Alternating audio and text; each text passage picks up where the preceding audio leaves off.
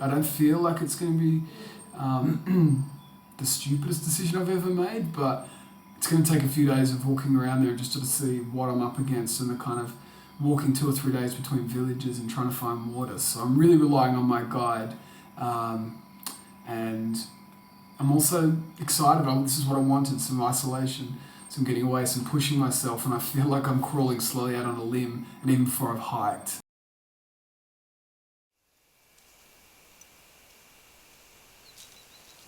As a child, I love stories of survival and adventure and have spent much of my life exploring the outdoors.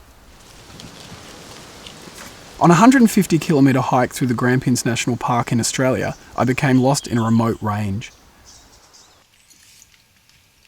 As night was nearing, I stumbled across an old Aboriginal rock shelter and sought refuge there. I was struck by the realisation this was once someone's home, and the paths I'd been walking for leisure were once tracks for survival.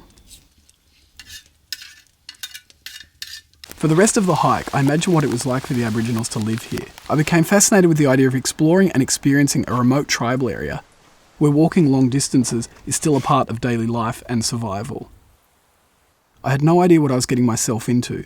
The idea would take me across 3 continents and would push me to my breaking point both physically and mentally as I battled with severe illness, struggled to find food and water, and had to avoid a government that didn't want me there.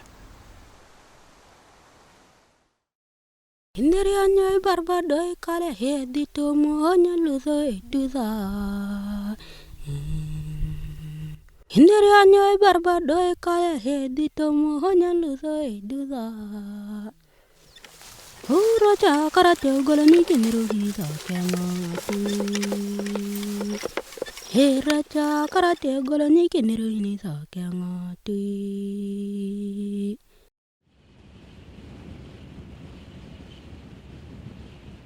6 months later, my first stop is northern Italy to commence training in the soaring peaks of the Dolomite Mountains.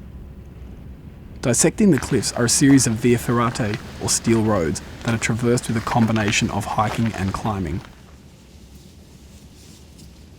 For this expedition, I'm joined by my German friend and climbing partner Christina, who will be helping me out with filming on the dangerous and precarious cliffs.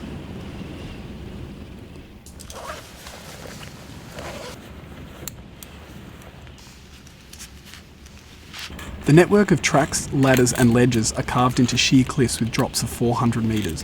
The via ferrate were constructed in the 18th century to access and connect village communities and farming pastures.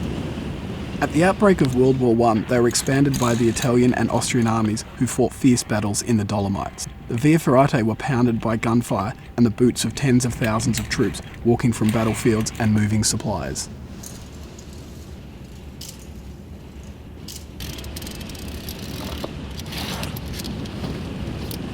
We managed to buy the worst type of muesli bar I've ever tasted. But unfortunately, you're not allowed to leave rubbish at the hut, so we have to carry him, but the weight's too much, so let's try. Oh, it's terrible. Scheiße. Bitte scheiße.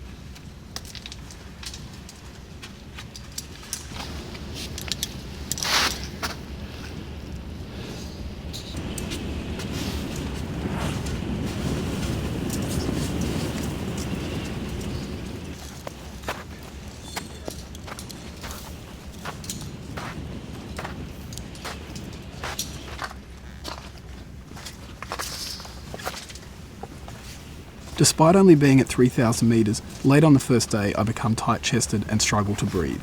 I suspect it's the effects of altitude, but when I start experiencing heart palpitations and a severe fever, I fear it is something much worse.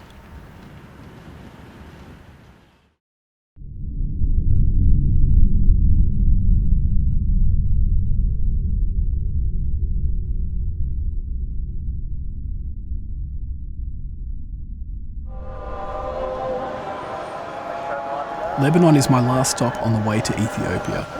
I have been chronically fatigued for 8 weeks, sleeping up to 16 hours a day and suffering hot and cold sweats. However, I desperately need fitness and head to the mountains of the north.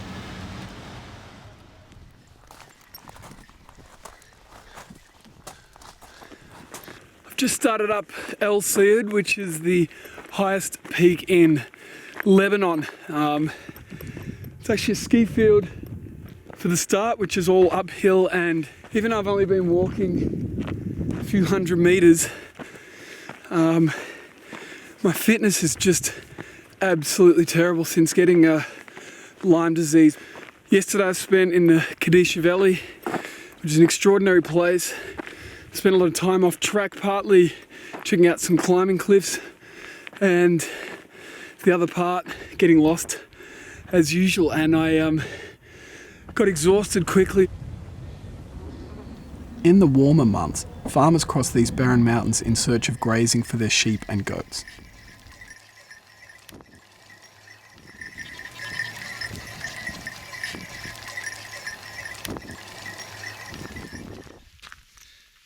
Up here for weeks on end, they sleep on the hard ground in rock shelters to block the cold night winds. The two 10-kilometre hikes leave me exhausted. I'm only days away from flying to Ethiopia and am deeply concerned. I have no idea how I will handle the demands of long-distance walking in such an extreme environment.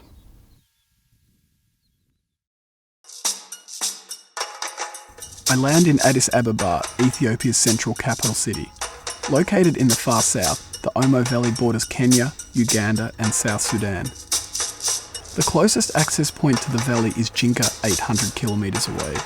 Despite the 3-day journey being slow, backbreaking and cramped, I'm falling in love with this country. I'm mesmerised by the diverse landscape and the people walking through it.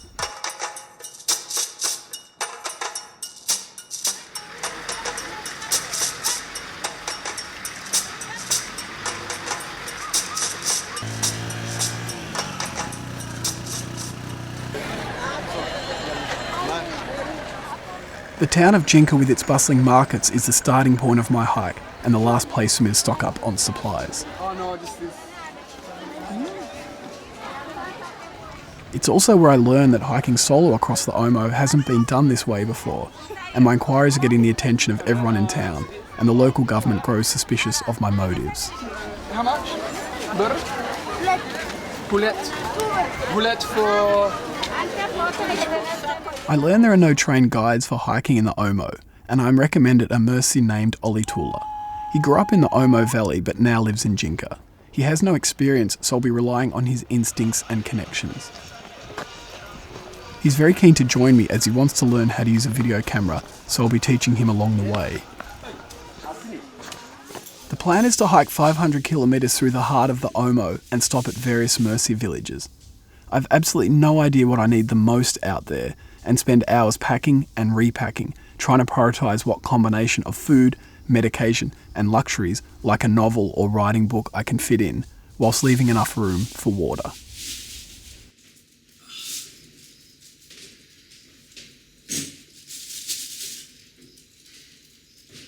It has been the absolute craziest 4 or 5 days since I got to Jinka, and trying to organise this trek has just been this roller coaster ride of conflicting information, lots of things changing, and a lot of setbacks. It all started with people saying there's no way you'll be able to trek in this area, and then other people said make sure you get a guide, but it'll have to be a guide from that area, because if you're going into Mercyland, the RE guides won't go in there. They're too scared because they'll be killed because of tribal conflicts. And I'm kind of thinking I'm going into this area, and then people say, no, you'll be fine, they don't worry about tourists, so just have someone from that area. But then someone else said that they view tourists, they think they're business people coming in who are going to take their land. And so, and I said to a woman, I said, how bad could it get? Like, it's not like they could sort of string me up in a tree and gut me. And she just kind of looked off and thought for the longest time, and then went, so can you show me a map? And that was it. So I'm like, my God, what am I doing going into this territory? And then went down to the tourist office, and they refused to give me a permit to go hiking in there, which is kind of strange because you don't need a permit, you just need to register. And 2 journalists only last week were locked up in the area because they were taking photos and asking too many questions, and I think that they thought I was a journalist. So 24 hours later we managed to wrangle a permit to get into the park, and then we're sort of set to go. So now it's the night before I leave, and To be honest, it's really mixed emotions. There's nervous excitement and anticipation, but at times I've been scared. You know, I'm going into an area that is a harsh landscape. Nobody speaks English. My guide doesn't even speak English, and food and water are limited in areas, and I'm thinking, why couldn't I just go on a normal trek? To reach the Omo Valley is a steep day-and-a-half walk through rural villages inhabited by the Ari.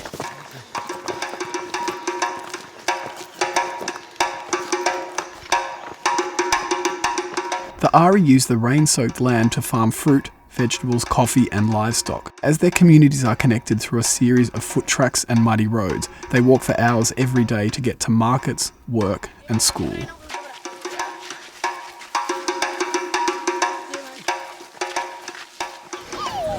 So I've stopped for lunch on the first day, and do you ever get the feeling that you're being watched? This is the proximity and people that have sat or stood around me while I'm eating my lunch.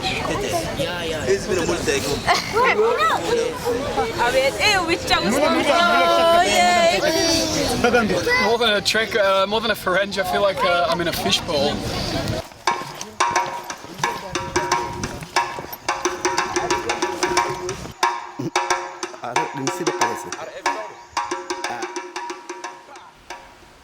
When we start crossing a river, the man we met 2 hours ago, and whose donkey's carrying our packs, disappears down a different route.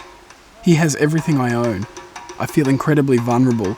I just have to accept that every day I must put my trust in complete strangers.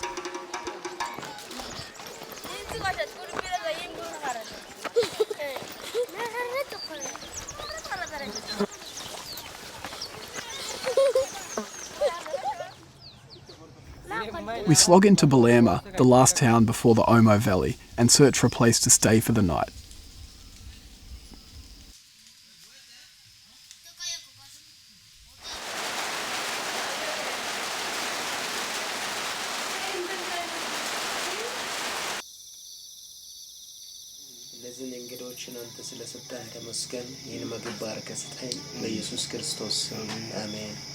Amen. Yeah. Ishi, that's the way. Yeah, that's how you know. Go back to what? China. He malu maru chure ninyo ke kidal mai tu. Hunna malu maru chure ninyo ke kidal mai tu. To descend into the valley, we must go through what is essentially no man's land. Due to current tribal conflicts, it's too dangerous for the Ari and the Mercy to enter each other's territories. The once well-trodden foot track, used as a trade route for food and cattle, is now overgrown. Bee tubes placed high in the trees is a sign we are nearing a Mercy village.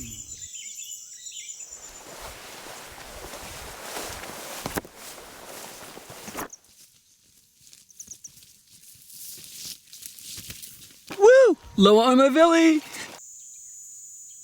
To finally step onto the Omo is an exciting moment. My mind goes back to that night in the Aboriginal cave shelter. It seems so far away in both distance and time.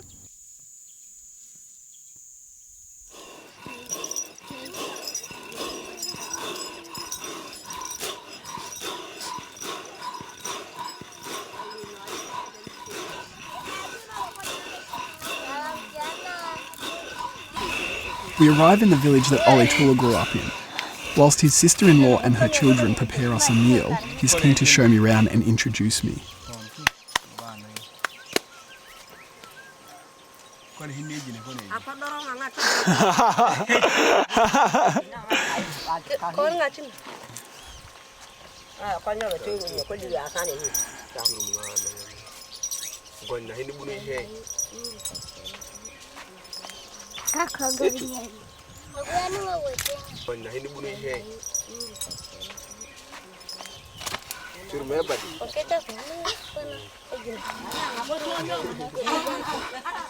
The children in particular are extremely curious as they rarely see foreigners and are not quite sure what to make of a video camera.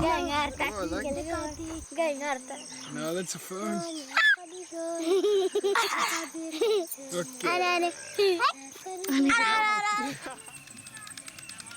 This is mud.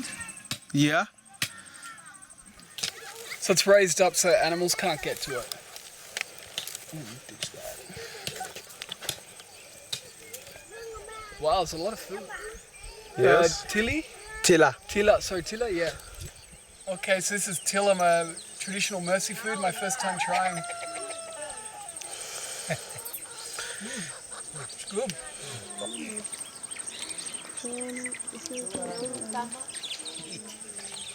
It's kind of like, I don't know what it's like, almost like stuffing or something. Yeah. It's, I like it, it's really good. As the Mercy start walking at first light without breakfast, I need to wake early to eat and pack. Usually I love the early morning peace before hiking, but my mind is caught up on what lies ahead. The most significant problem of our language barrier is Olitula can't tell me how far we are walking each day. I have absolutely no idea whether I'll be walking 6 hours or 12. Worse still, I don't know when I will get water. Does the 4 litres I'm carrying have to last me 5 hours, or for today, tonight and tomorrow?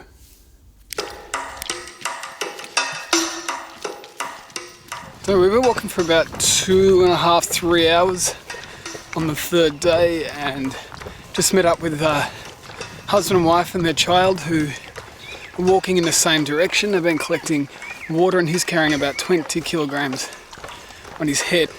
So trekking here is more like a commute. You don't stop and look at views, just solid walking. We've had one sort of 3-minute break.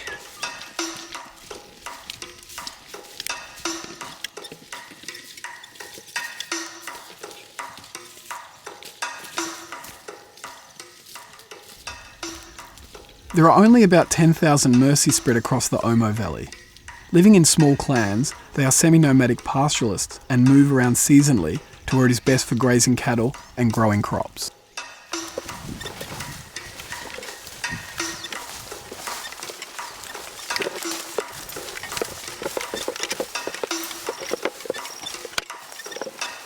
Individuals, small groups and families walk long distances between villages to get food, trade goods and for social gatherings.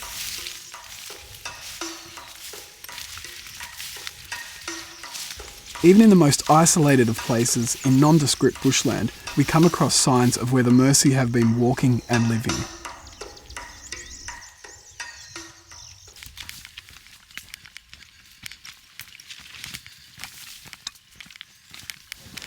This is incredible. We're weaving our way through the jungle. I don't know where my guide has gone, but a young Mercy woman and with a baby on her back and probably 10 or 15 kilograms on her head is actually leading the way and setting a cracking pace.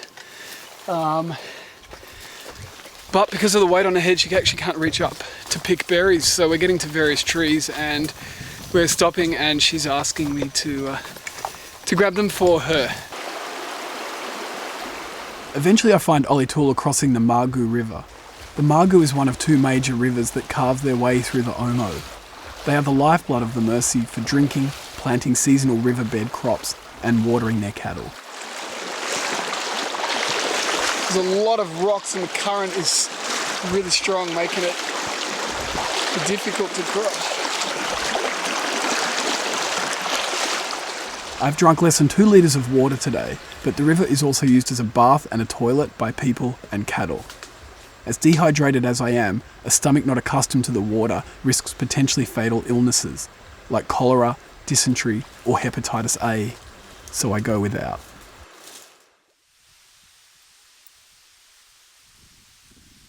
We have been walking for 7 hours without a break, but now that we have reached a life source, we stop to eat and rest.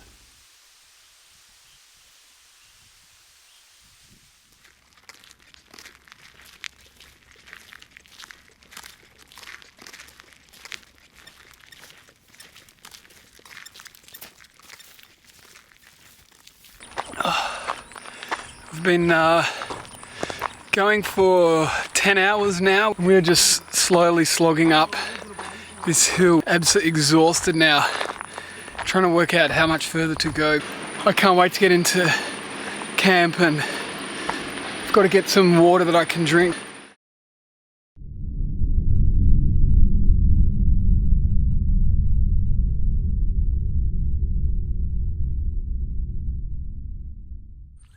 That was scary. That was probably the biggest adventure that I've had on this trip so far. We were just coming up to the village that we're staying at for the night. We rounded a corner and 2 army soldiers, 2 police and a government official were standing there waiting for us. Essentially, we've been denied access to the rest of the national park, which actually it's not all national park, some of it is free land. I feel like we've kind of got to watch ourselves over the next few days because 2 journalists were detained about a week and a half ago. Just collapsed into my tent, absolutely exhausted. I think in the end we probably clocked about 30 kilometres of walking, and it was pretty hot and humid for most of the day. I don't know, it's hard to kind of sum up, not thinking very clearly. Dinner took a long time to cook, but said that was just one of the most incredible days of walking, and it's a good example of I felt really out of my comfort zone 2 days ago and just kind of pushed on and had some experiences that just wouldn't have been possible if I hadn't have pushed on. And having a rest day tomorrow, which is good, and probably do some washing, so I absolutely stink at the moment. And I also think I might go and pick a fight. The more I think about it, the angrier I am that we're being denied access to walk across public land. And who knows what tomorrow will throw up, but Mercy is just the most incredible place to be in, so can't wait to see what's happening next. Whilst I wait to see what is going to happen, a rest day is much welcomed and a chance to relax and socialise.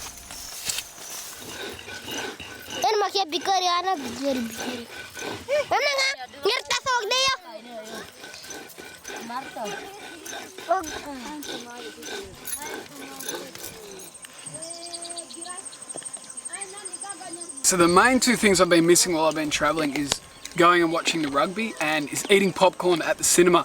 Now in Mercy there's no cinemas, but I've actually found popcorn as the Mercy do it, and it's not quite the same as what you get in Hoyts or Village, but it's really good.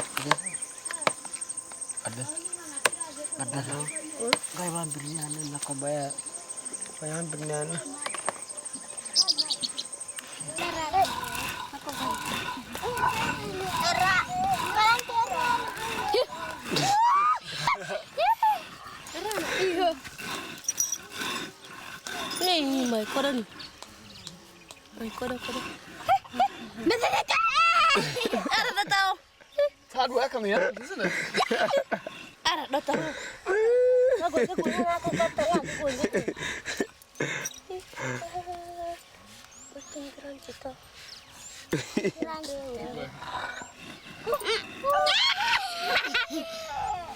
Okay, we're just comparing cultural body fashions, and this is a Mercy look, which is the ear plates and the scarring, and this is my equivalent. And the funny thing is they look at that and they go, ow, and think that must hurt a lot, when they actually use splinters to create this scarring.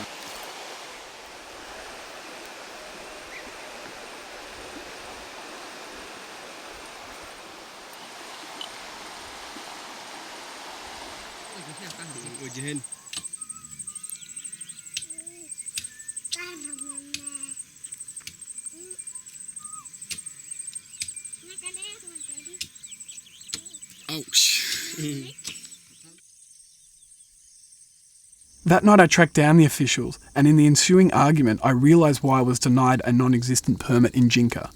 They are worried I'm a journalist. I insist I'm only a tourist on a hike, but they still refuse to let me walk further into the valley. Tempers flare, and I am told I either leave by foot or be taken out by the army.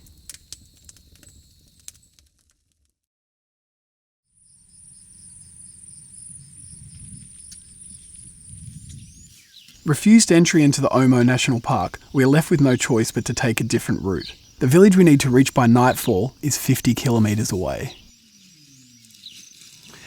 It's about 8 o'clock in the morning and it is absolutely scorching already. The temperature is into the 30s already and it's a beautiful area, but it's an open savanna that we're trekking through. So there's no protection from the sun and there's no clouds in the sky, so it's only going to get hotter and hotter.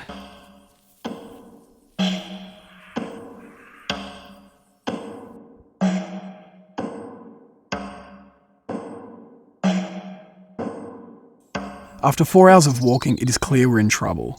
We are less than halfway, tired, and down to 2 litres of water between the three of us. The seriousness of the situation drives home the reality that for many in the world, the distance you walk daily is determined by how far it is to the next point of survival.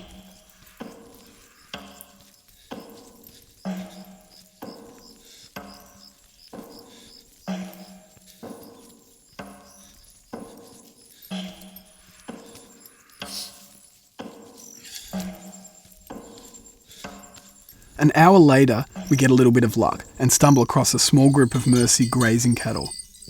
Even better, one actually speaks English. Is this for the other city, animal or other for for people? for the animal, for the hyena, for the tiger, for the There's tigers here? no What? in a grassland here. Oh, really? And hyenas. Yeah, well. in a night. Maybe I should carry No. carry this in case of lion. Yeah, maybe they're using people calling a body. Yeah, They're yeah. fighting it together. The body. Their body. Oh, yeah, okay. So yeah. sometimes we fight with people calling a nangatom. Nangatom, yeah. We fighting each other together. You fight. Yeah, You fight the Nangatom. Yeah. Okay. Fighting nangatom by gun. There's none here though. Not in No, here. so I have to Not look in out here. for Nangatom with gun, hyena. Hyena and we Tiger? Did you say tiger? Tiger and lion. The most dangerous thing here is the mosquitoes. Yeah. There's malaria. That kills. No mosquito in here. There's no malaria. Yeah, but down a little bit in Marquee. Sometime. More yeah, that's the most dangerous thing. Yeah. Sometime. They said there's something like every month 100 malaria cases. Mursi, when we needed to eat, washing a hand like this. Yeah.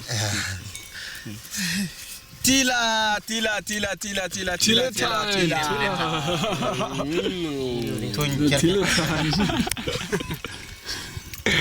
Time for tilla. I try to pay for the food and water they have given us, but they refuse, and no matter how much I insist, I am told, as I am walking with the Mersey, I will be treated as a Mersey. The one disadvantage of meeting an English speaker is he can tell me how far we have to go. Despite being buoyed by some food and water, as we set off again, we know that our destination is still 32 kilometres away.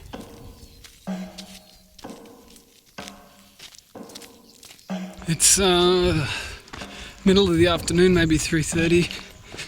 So I've been walking since 7:15 this morning, and the clouds came in for a while and they've cleared again. It's been like this for probably the last 2.5 hours, and the sun is just absolutely ferocious, just absolutely beating down on us here. And on this track, there's no trees, overhangs, we're not getting any shade, and these guys said are ducking off to the side whenever they can get some shade. Really sweating, and I'm really feeling I've still got water left, but you know, if we've got another, 3 hours of this, this is some of the hottest weather I've been in, some of the hardest work I've had to do outdoors.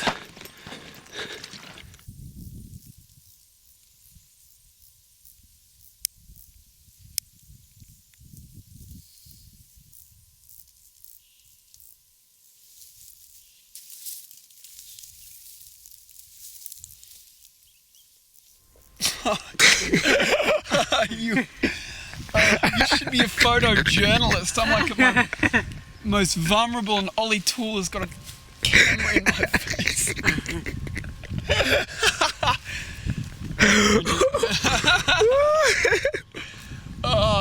trying to get 5 minutes sleep. Far out. you 10 burr.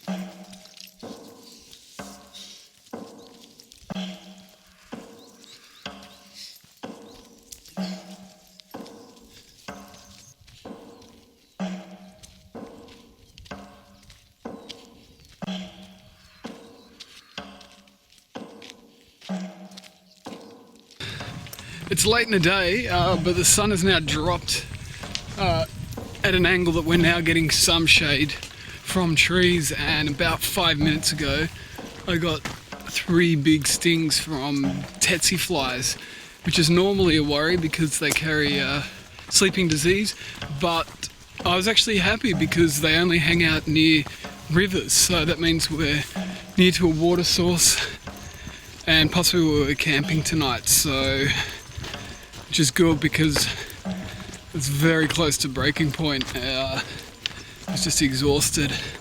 It was really knocking me around, so live to fight another day. Woo!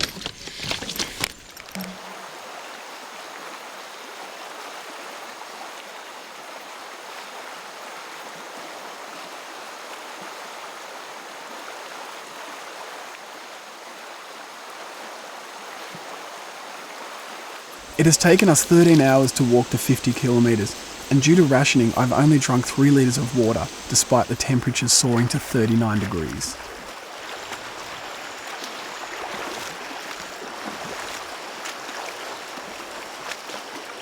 I find a well with drinking water, then Olitor and I collapse on the hard ground and sleep for hours until we are woken by children prodding us.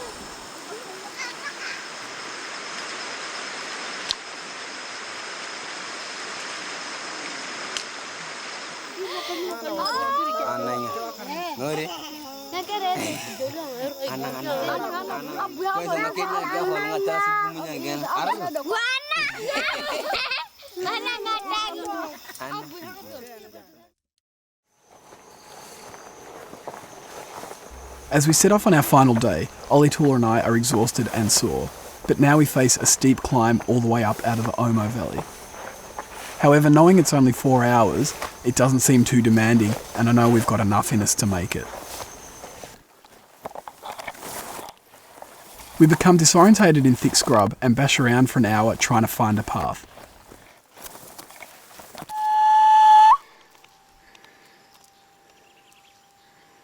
I feel like I've spent so much of my time trying to find my way in the outdoors. It entertains me that Olitula, a mercy in his own lands, can get lost. The feeling quickly wears off though, when I realise I'm lost with him.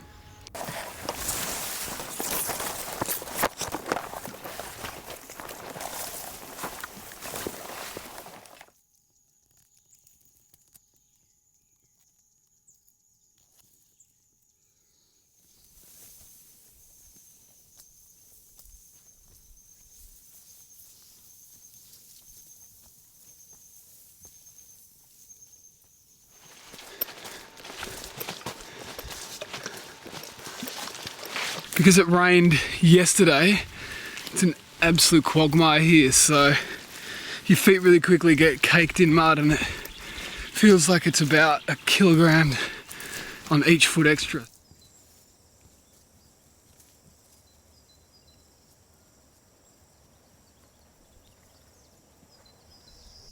It takes us 5 hours to reach the top of the valley, and we plan on hitching a ride. We can't believe it though when we get to a village and they tell us heavy rains have made some roads impassable and there are no trucks today. So we have to keep walking.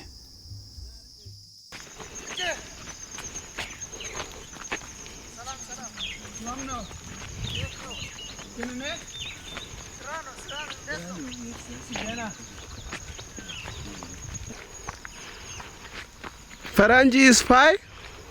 Faranji is fine. Mercy is fine? Yeah. Well, I don't know, we're either 2 hours or 6 hours from our destination. Your guess is as good as mine.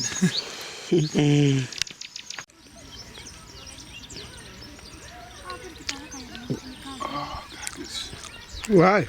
Okay. Got mud in my eye and we've been going for I think nearly 8 hours and nearly had enough of today, but now we've got ourselves some bananas that are red. I've never seen red banana, let alone eaten one, but I'm that hungry and exhausted and just a bit over it. Right at this point that I'm going to eat it, so if it's toxic or something like that, it's nice knowing you. Kind of looks alright there. Tastes like a normal banana. Yeah. Oh, should get me through.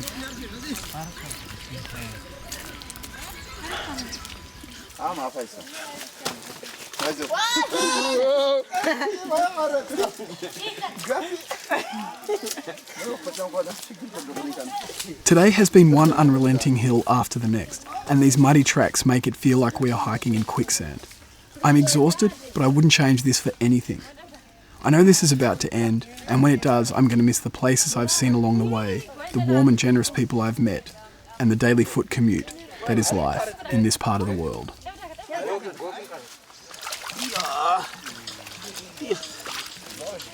This is the government provided local shoe and foot wash after slogging up the mud hills, and we're absolutely caked in it.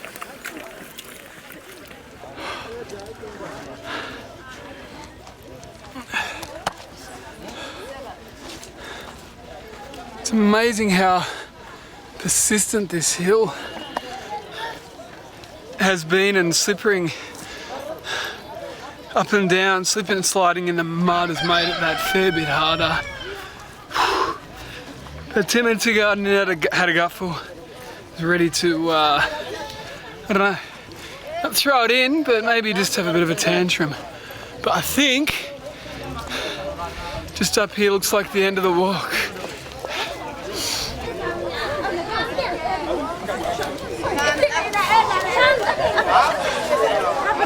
The Mursi Road? Same with any walk, you have those moments when you're just exhausted and had enough, and then you get to the end and it's absolutely worth it. It was incredible. So I'm looking forward to a beer now, so that is my goal, to try and find a beer. Is it beer?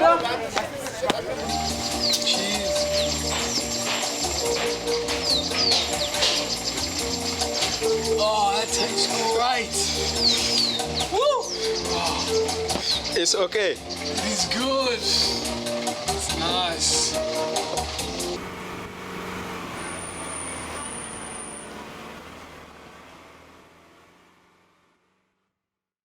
Namalu maruture ninyo kekidal maitu. He malu maruture ninyo kekidal maitu. He dariole hoya nyana no nakali bahi daina. Ho dariole hoya nyana no nakali bahi daina. He dariole hoya nyana no nakali bahi daina. He malu de habali ngoni ay go unje. Ho malu de habali ngoni ay go unje. He ngona gala ya nikeli lo are lutenyo. He ngona duku ya nikeli lo are lutenyo. He malu ratan ki wo tinda karati yo golon. Ho malu ratan ki wo tinda karati yo golon.